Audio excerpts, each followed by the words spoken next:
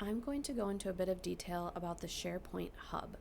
To find the SharePoint Hub, you need to be on the Viewable SharePoint homepage, just where we started this training.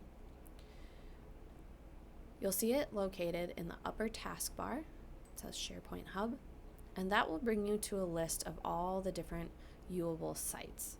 You can think of these just like the S Drive folders. I'm just calling them sites because they have their own unique URL, and that's how they're referred to in SharePoint.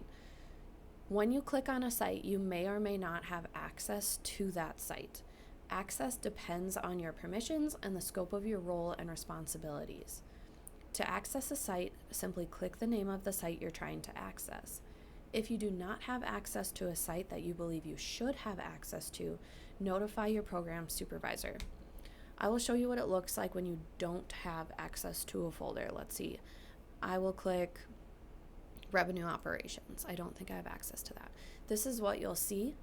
You have the option to request access, but it may or may not be granted depending on the scope of your role and responsibilities, as I said before. We're going to go back to the SharePoint Hub so you can see what it looks like when you do have access to a folder.